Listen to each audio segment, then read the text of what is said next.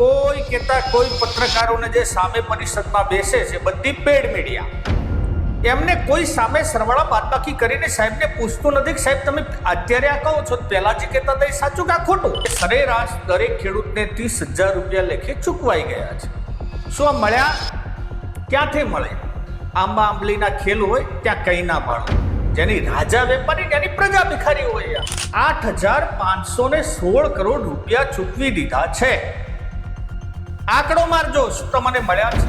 આટલા જ વધ્યા છે. એટલે હવે જો કોઈ આશા રાખીને ગવર્મેન્ટ જોડે બેઠા હોય કે આપણી આ ભાજપ સરકાર, આપણી આ ખેડૂતોની હિમાયતી સરકાર, જે ખરેખર તો કંપનીઓની અને મોટા મોટા ઉદ્યોગપતિઓની જ છે, પરંતુ આપણે પણ દર્શાવવું પડે ને એવો ઐતિહાસિક ભાવ વધારો આ બધી ફાકા ફોજદારી કરતા હતા.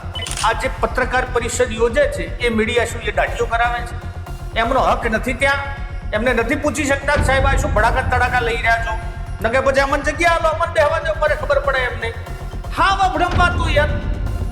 મિત્રો, કૃષિ સહાયની પેકેજોમાં જે ખેડૂતો જોડે અન્યાય થાય છે, જે ગપગોળા સરકાર ચલાવે છે, એમાં આપણે પહેલા પણ વિડીયોમાં કીધેલું છે અને આજે એ પણ ફરી કહીએ કે કૃષિ મંત્રી પાછા કાલે વરે તડાકા ફડાકા કર્યા. હકીકત શું છે?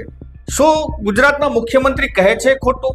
કૃષિ મંત્રી દરેક ફેરે પત્રકાર પરિષદ યોજી અને જે ભ્રમણાક જાહેરાતો આપે છે એ સાચી છે કે ખોટી? અને કયા ખેડૂતને હવે કેટલું બાકી રહ્યું છે, કયા કયા ખેડૂતને હજુ પાક ધિરાણ પાક સહાય નથી મળી, એ આવવાની છે ને આવશે તો કેટલી આવશે, બધી જ માહિતી આજના વિડીયોમાં. નમસ્કાર, હું છું રમેશ ચૌધરી ને આપ નિહાળી રહ્યા છો ષડયંત્ર.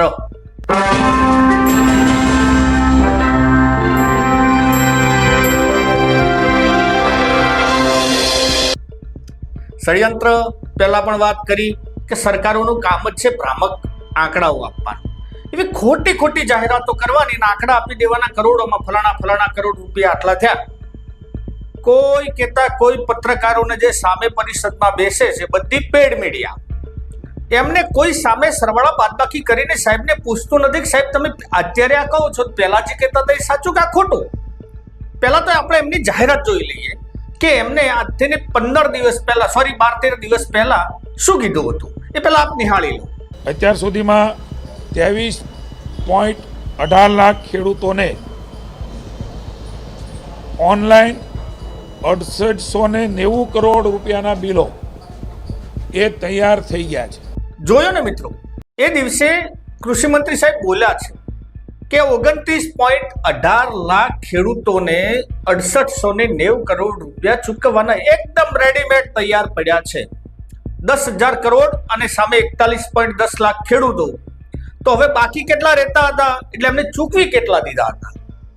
એ સમયે એમનો આંકડો આપ્યો હતો કે 17.92 લાખ ખેડૂતોને ટોટલી 5,330 કરોડ રૂપિયા, એટલે કે સરેરાશ દરેક ખેડૂતને 30,000 રૂપિયા લેખે ચૂકવાઈ ગયા છે. શું આ મળ્યા? ક્યાંથી મળે? આંબા આંબલીના ખેલ હોય ત્યાં કંઈ ના પાડો. જેની રાજા વેપારી એની પ્રજા ભિખારી હોય. યાર કોઈ ખેડૂત તો છોડો યાર, એને આંકડો સરવાળો તમે અત્યારે કેલ્ક્યુલેટર, મારા જે વિડીયોમાં આવે છે ને એમાં કેલ્ક્યુલેટર રાખવાનું છે. આ ગણતરી આપણી નથી, આ ગણતરી ખુદ ગુજરાત સરકારની છે. એવા ડફોળાના આંકડા. અને કાલે પાછા ફરીથી પત્રકાર પરિષદ બોલી પોતાની જ પીઠ થપથપાવતા હોય એમ ફરી પાછા એક ભ્રામક આંકડાઓ આપી દીધા. એ પણ આજ સાંભળો કે બીજી વખત એમને શું બોલ્યા. 29 લાખથી વધારે ખેડૂતોના ખાતામાં 8516 કરોડ રૂપિયા. સાંભળ્યું મિત્રો? હવે એમ કે છે કે અમે 29 લાખથી વધુ ખેડૂતોને 8,516 કરોડ રૂપિયા ચૂકવી દીધા છે. આંકડો મારજો શું તમને મળ્યા છે? અને એનો મતલબ શું થાય કે 29 લાખ એટલે કુલ ખેડૂતો 41 લાખ ને 10,000 હતા, એમાંથી 29 લાખથી વધુ એટલે માની લઈએ કે આપણે 30 લાખ કે મતલબ 29 લાખ 10,000 ને ચૂકવી દીધા. હવે 11 લાખ ખેડૂતો હજુ બાકી છે અને સામે પૈસા કેટલા વધે છે? માની લો કે 10,000 કરોડમાંથી 8,516 કરોડ એટલે મોટા 8,500 કરોડ ચૂકવ્યા, તો હજુ 1,500 કરોડ બાકી રહે છે. તો શું સરકારે જે જાહેરાત કરી હતી કે દરેક ખેડૂતને 2 હેક્ટરની મર્યાદામાં, એટલે 1 હેક્ટરે જેના 22,000 આપવાના હતા, 2 હેક્ટરે 44, શું હવે એટલા વધ્યા છે એમને આપવાના ખરા? હવે જેટલા ખેડૂતોને ચૂકવવાના છે અને હવે સામે 1,500 કરોડ રૂપિયા જ વધ્યા છે, તો આંકડો સરેરાશ થાય 13,636. આટલા જ વધ્યા છે. એટલે હવે જો કોઈ આશા રાખીને ગવર્મેન્ટ જોડે બેઠા હોય કે આપણી આ ભાજપ સરકાર, આપણી આ ખેડૂતોની હિમાયતી સરકાર, જે ખરેખર તો કંપનીઓની અને મોટા મોટા ઉદ્યોગપતિઓની જ છે, પરંતુ આપને પણ દર્શાવવું પડે ને એવો ઐતિહાસિક ભાવ વધારો આ બધી ફાકા ફોજદારી કરતા હતા. હવે જે ખેડૂતોને વધ્યા છે એ 13,636 રૂપિયા આપવાના છે, જો આટલાય આપે તો. બાકી હર મહાદેવ કરો ભાઈ, કારણ કે વચ્ચે તો એમને 800 1200 રૂપિયા આપ્યા છે.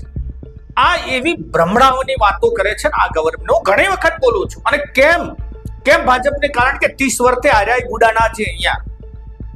ખેડૂતોએ નથી કીધું તમે બેસો, ખેડૂતોએ તો એમના ભલા માટે એક સરકાર લાવી હતી અને સરકારે પણ એવા ભ્રમ ખાલી ફેંકવાનું, આંકડાકીય મોટા આંકડા આપવાના. મિત્રો, પેડ મીડિયા કેવી રીતે કામ કરે છે ખબર છે? જો આપણા જેવા સામાન્ય વ્યક્તિને સરવાળા બાદબાકી આવડે છે, દરેકના જોડે કેલ્ક્યુલેટર ફોનમાં તો દરેકના જોડે છે ને, આપણે આંકડા કરી શકીએ છીએ. તો સામે આ જે પત્રકાર પરિષદ યોજે છે એ મીડિયા શું એ દાઢીઓ કરાવે છે? એમનો હક નથી ત્યાં? એમને નથી પૂછી શકતા કે સાહેબ આ શું ભડાકા તડાકા લઈ રહ્યા છો? ન કે પછી અમન જગ્યા આલો, અમન બેહવા દો, મને ખબર પડે એમને. હા, ભ્રમ વાતું યાર.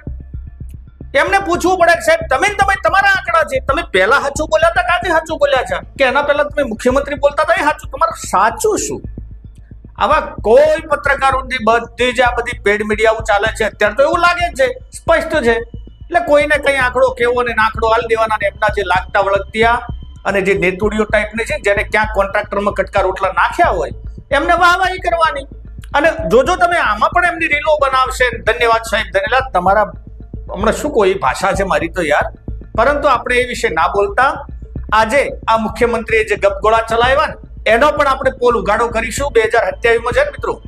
આવા એમને તો યાદ રાખવાનું, આ કૃષિ મંત્રીને આ બધા જે ગપગોળા ચલાવે છે ભૂલતા નહીં.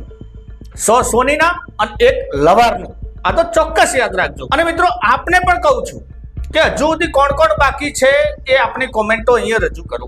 કોમેન્ટો દ્વારા જણાવો, ત્યારે આપણે એમને પણ કોઈ જોતું હશે તો એમને આખું ઉઘડે ને કે આ તો બેરી બોલી સરખારું છે, એમને કઈ દેખાતું નથી ને. ભતીજીના 3 વધરા છે ને, એકને દેખાતું નથી ને એકને બોલતું નથી, આવું બધું છે ડફોડોળા. માટે મિત્રો કોમેન્ટ કરજો, વિડીયો ગમે હોય તો વિડીયોને લાઈક શેર કરજો, અને હા, ચેનલને સબસ્ક્રાઇબ કરવાનું ભૂલતા નહીં. આપણી ચેનલ સદાય ખેડૂતોની હિમાયતી રહેશે, જનતાની હિમાયતી રહેશે. કડવું છે પરંતુ સત્ય હશે. જય હિન્દ, જય ભારત.